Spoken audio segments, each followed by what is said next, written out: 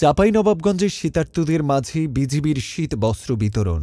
চাঁপাইনবাবগঞ্জের Mahindra ৫৯ BGB battalion অসহায় ও হতদরিদ্র ৩০০ মানুষের মাঝে শীত বস্ত্র বিতরণ করেছে।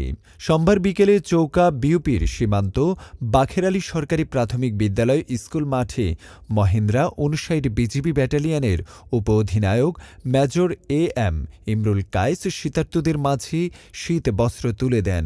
এ সময় উপস্থিত ছিলেন কিশোরগঞ্জ বিউপির কমান্ডার সাইফুর রহমান, চৌকা বিউপি কমান্ডার ধীরেন্দ্রনাথ, বিনোদপুর ইউনিয়নের সদস্য কামাল ও বাদশাহ। মহেন্দ্রা ৫৯ বিজিবি ব্যাটালিয়নের উপ অধিনায়ক মেজর এএম কামরুল কায়েস বলেন, ঘন কুয়াশা আর কনকনে শীত, কাঁপছে অনেক অসহায় দরিদ্র মানুষ। এই শীতার্তদের মাঝে আমরা শীত বস্ত্র বিতরণ করেছি।